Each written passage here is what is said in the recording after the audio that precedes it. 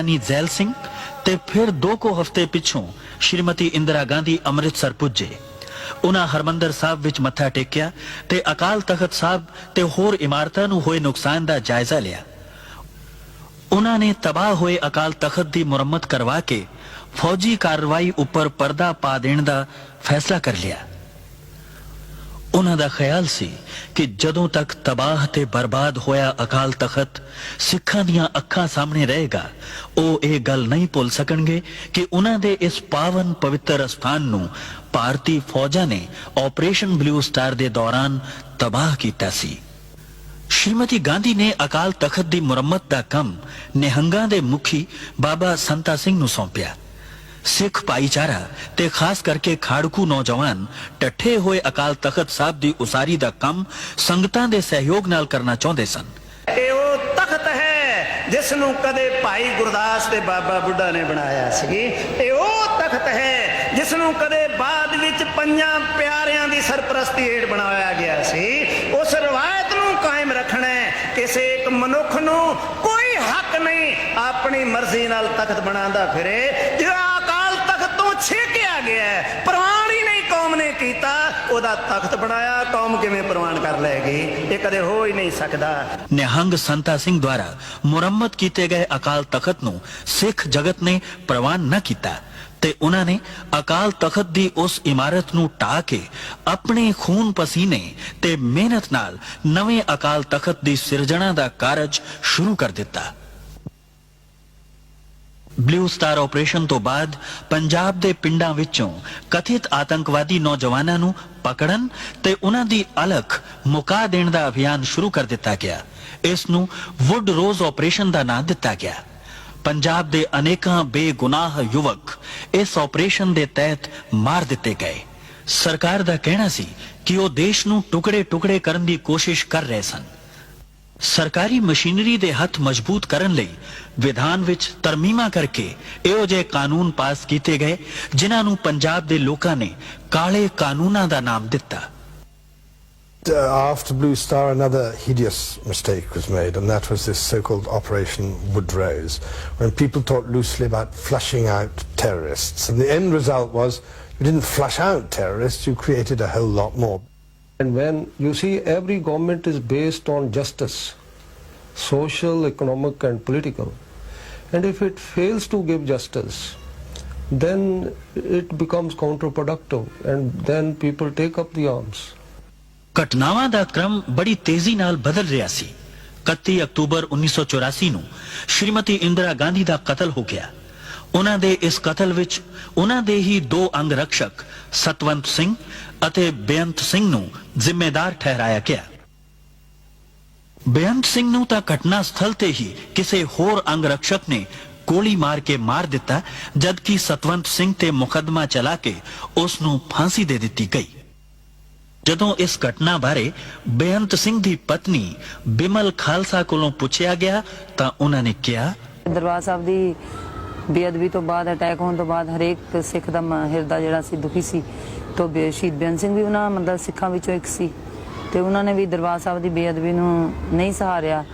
ਸ਼੍ਰੀਮਤੀ ਇੰਦਰਾ ਗਾਂਧੀ ਦਾ ਕਤਲ ਆਪਣੇ ਆਪ ਵਿੱਚ ਬੜੀ ਦੁਖਦਾਈ ਘਟਨਾ ਸੀ, ਪਰ ਇਸ ਘਟਨਾ ਤੋਂ ਬਾਅਦ ਸਾਰੇ ਦੇਸ਼ ਵਿੱਚ ਸਿੱਖ ਵਿਰੋਧੀ ਦੰਗੇ ਭੜਕ ਉੱਠੇ।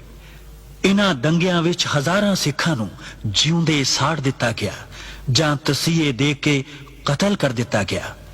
ਸੈਂਕੜੇ ਨੌਜਵਾਨ ਬੱਚੀਆਂ ਦੀ ਇੱਜ਼ਤ ਲੁੱਟ ਲਈ ਗਈ। ਸਰਕਾਰੀ ਅਨੁਮਾਨ ਅਨੁਸਾਰ ਕੇਵਲ ਦਿੱਲੀ ਵਿੱਚ ਹੀ 2,500 ਤੋਂ ਵੱਧ ਔਰਤਾਂ ਵਿਧਵਾ ਹੋ ਗਈਆਂ।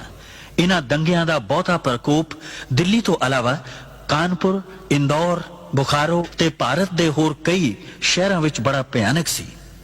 ਸਾਰੇ ਦੇਸ਼ ਵਿੱਚ ਸਿੱਖਾਂ ਦੀ ਅਰਬਾਂ ਰੁਪਏ ਦੀ ਸੰਪत्ति ਤਬਾਹ ਕਰ ਦਿੱਤੀ ਗਈ। ਕੇਵਲ ਦਿੱਲੀ ਵਿੱਚ ਹੀ ਸੈਂਕੜੇ ਗੁਰਦੁਆਰਿਆਂ ਨੂੰ ਅੱਗਾਂ ਲਗਾ ਦਿੱਤੀਆਂ ਗਈਆਂ ਤੇ ਹਜ਼ਾਰਾਂ ਪਾਵਨ ਪਵਿੱਤਰ ਬੀੜਾਂ ਜਲਾ ਕੇ ਰਾਖ ਕਰ ਦਿੱਤੀਆਂ ਗਈਆਂ। ਦੰਗਾ ਕਰਨ ਵਾਲੇ ਇਹ ਭੁੱਲ ਗਏ ਸਨ ਕਿ ਜਿਸ ਗੁਰੂ ਗ੍ਰੰਥ ਸਾਹਿਬ ਨੂੰ ਸਿੱਖਾਂ ਦਾ ਗ੍ਰੰਥ ਸਮਝ ਕੇ ਸਾੜਿਆ ਜਾ ਰਿਹਾ ਹੈ, ਉਸ ਵਿੱਚ ਭਗਤ ਕਬੀਰ, ਭਗਤ ਰਵਿਦਾਸ, ਭਗਤ ਨਾਮਦੇਵ, ਰਾਮਾਨੰਦ ਅਤੇ ਬਾਬਾ ਫਰੀਦ ਦੀ ਵੀ ਬਾਣੀ ਦਰਜ ਹੈ, ਜਿਸ ਨੂੰ ਲੱਖਾਂ ਸਿੱਖ ਹਰ ਰੋਜ਼ ਮੱਥਾ ਟੇਕਦੇ ਤੇ ਸਤਿਕਾਰ ਦਿੰਦੇ ਹਨ। ਗੈਰ ਸਰਕਾਰੀ ਅਨੁਮਾਨ ਅਨੁਸਾਰ ਇਨ੍ਹਾਂ ਦੰਗਿਆਂ ਵਿੱਚ 20,000 ਦੇ ਕਰੀਬ ਸਿੱਖ ਮਾਰੇ ਗਏ ਸਨ।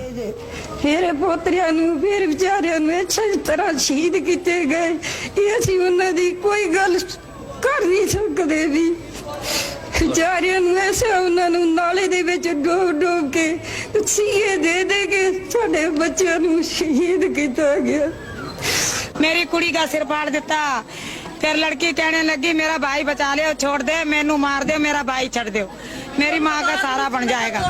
कोई बंगी थे, मुसलमान थे, इस्लाम था, उद्दल था, गुप्ता था, हाँ सारे थे, सारे इस इलाके के थे। बस जब सारे भाज गए ना तो डप्पा थे बल्लम उसको ऐसे घोप देते थे तो वो कहते हाय रे मैं मर गया रे, फिर वो हाथ ऊपर करते तो उसको लाठी मार के सिर पे जिंदे को आग लगा गए, मेरे मुंडे को जिन्ने को आग लगा ऐसे फंस गए जैसे बच्चे। मेरी गोदी में से खिंच के 3 साल के बच्चे मार दिए, 3 साल का, इसकी 2 में 3 साल का बच्चा वो कैसे बीतेगी उसके दिल पे। शिकल देख कैसी हो रही मेरी मुंडी ऐसे जला दी आग में से काट के मार के पहले यहाँ से गर्दन काट के आग में जला दी। 1000-2000 ਬੰਦਿਆਂ ਨੇ ਸਾਡੇ ਉੱਤੇ ਹਮਲਾ ਕਰ ਦਿੱਤਾ। ਹਮਲਾ ਕਰਤਾ, ਅਸੀਂ ਗੁਰਦੁਆਰਾ ਬਚਾਉਣ ਵਾਸਤੇ ਆਏ ਤੇ ਬੰਦੇ ਦੌੜ ਜਾਂਦੇ, ਫਿਰ ਅਸੀਂ ਛਡਾ ਨਸਾ ਕੇ ਭਜਾ ਕੇ ਆ ਜਾਂਦੇ, ਫਿਰ ਵਾਪਸ ਆ ਜਾਂਦੇ। ਇੰਨੀ ਚਿਰ 2-3 ਘੰਟੇ ਅਸੀਂ ਇਸ ਤਰ੍ਹਾਂ ਹੀ ਕੀਤਾ। ਉਸ ਤੋਂ ਬਾਅਦ ਜੀ ਸਾਹਿਬ ਪੁਲਿਸ ਆ ਗਈ, ਉਹਨਾਂ ਨੇ ਕਿਹਾ ਜੀ ਤੁਸੀਂ ਆਪਣੇ ਆਪਣੇ ਘਰਾਂ ਵਿੱਚ ਚਲੇ ਜਾਓ, ਅਸੀਂ ਤੁਹਾਡੀ ਸ਼ਾਂਤੀ ਕਰਾ ਦਿਆਂਗੇ। ਅਸੀਂ ਸ਼ਾਂਤੀ ਵਾਸਤੇ ਆਪਣੇ ਆਪਣੇ ਘਰਾਂ ਵਿੱਚ ਚਲੇ ਗਏ ਜੀ। ਉਸ ਤੋਂ ਬਾਅਦ ਕੀ ਹੋਇਆ ਜੀ, ਸ਼ਾਂਤੀ ਤਾਂ ਹੋਈ ਨਹੀਂ, ਬੰਦੇ ਫਿਰ ਆਪਣੇ ਆਪਣੇ ਘਰ ਚਲੇ ਗਏ, ਇੱਕ 2-2 ਬੰਦੇ ਸੀ। ਉਦੋਂ ਫਿਰ ਬੰਦੇ ਇੱਕ 200 300 ਇੱਕ ਬੰਦੇ ਦੇ ਘਰ ਤੇ ਚੜ ਗਿਆ, ਪੱਥਰਾਂ ਨਾਲ ਮਾਰਿਆ, ਮਿੱਟੀ ਦਾ ਤੇਲ ਸਾੜਿਆ, ਉੱਤੇ ਅੱਗ ਲਾ ਕੇ ਬੰਦੇ ਨੂੰ ਮਾਰ ਕੇ ਸੱਟ ਗਏ। ਅੱਧਾ ਮਰਿਆ ਅੱਧਾ ਨਹੀਂ ਮਰਿਆ, ਪਿਆ ਰਿਹਾ ਜੀ। ਫਿਰ ਇਹ ਗੁਰਦੁਆਰਾ ਸਾਰਾ ਤੋੜ ਦਿੱਤਾ ਪੂਰਾ। ਬਾਬਾ ਸਾਹਿਬ ਦੀ ਪੂਰੀ ਬੇੜੀ ਦੀ ਬੇਇੱਜ਼ਤੀ ਕੀਤੀ। ਸਾਰੀ ਕਲੋਨੀ ਦੇ ਬੰਦੇ ਘੱਟੋ ਨਾ 200-300 ਬੰਦਾ ਸਾਡਾ ਇੱਧਰ ਦਾ ਮਰਿਆ। ਤੁਹਾਡੀ ਲਾਸ਼ਾਂ ਦਾ ਕੀ ਹਾਲ? ਲਾਸ਼ਾਂ ਦਾ ਜੀ ਪੁਲਿਸ ਲੈ ਗਈ, ਪਤਾ ਨਹੀਂ ਕਿੱਥੇ ਸਿੱਟੀਆਂ, ਕੋਈ ਪਤਾ ਨਹੀਂ। ਜਿਹੜੇ ਇੱਥੇ ਸੀ 50-100 ਬੰਦੇ ਤੇ ਇੱਥੇ ਸੜ ਗਏ, ਇੱਥੇ ਹੀ ਮਰ ਗਏ, ਇੱਥੇ ਹੀ ਪੈ ਰਹੇ। ਉਹਨਾਂ ਨੂੰ ਕੁੱਤੇ ਬਿੱਲੇ ਖਾ ਗਏ ਵਿਚਾਰਿਆਂ ਨੂੰ, ਕੋਈ ਪਤਾ ਨਹੀਂ। ਦੇਸ਼ ਵਿੱਚ ਸਿੱਖ ਭਾਈਚਾਰੇ ਉੱਪਰ ਇੰਨਾ ਵੱਡਾ ਕਹਿਰ ਟੁੱਟਿਆ, ਪਰ ਦੇਸ਼ ਦਾ ਹੁਕਮਰਾਨ ਇਹ ਕਹਿ ਕੇ ਸਪਸ਼ਟੀਕਰਨ ਦੇ ਰਿਹਾ ਸੀ ਕਿ ਜਦੋਂ ਵੱਡਾ ਦਰਖਤ ਗਿਰਦਾ ਹੈ ਤਾਂ ਧਰਤੀ ਹਿਲਦੀ ਹੀ ਹੈ। ਦੇਸ਼ ਦਾ ਆਮ ਸਿੱਖ ਇਹ ਸੋਚ ਰਿਹਾ ਸੀ ਕਿ ਕੀ ਇਹ ਧਰਤੀ ਸਿਰਫ ਸਿੱਖਾਂ ਵਾਸਤੇ ਹੀ ਹਿੱਲਣੀ ਸੀ। ये तो हम तो खुलेआम कहते हैं कि जिस देश का प्रधानमंत्री इतने लोगों की हत्या हो और उसके बाद कहे कि साहब बड़ा कोई पेड़ गिरता है तो पत्ता झड़ता ही है, तो ये कोई मतलब है कि कोई सद्भावना के दृष्टिकोण से अच्छा नहीं है। It was very sad that Indira Gandhi was assassinated. Very sad. But what followed later was sadder still. Much more sadder than. And explanations like a huge tree falling and hence there would be a small shudder around, I think they don't serve much purpose. They do not. And this thing is very, very difficult to erase from the mind. You know, I mean, any society in which the police, the administration, the Prime Minister can justify the killing of 5,000 innocent people, some of them children, do you know, I mean, because this was not terrorist killings, this was killings by the state, it was pogroms.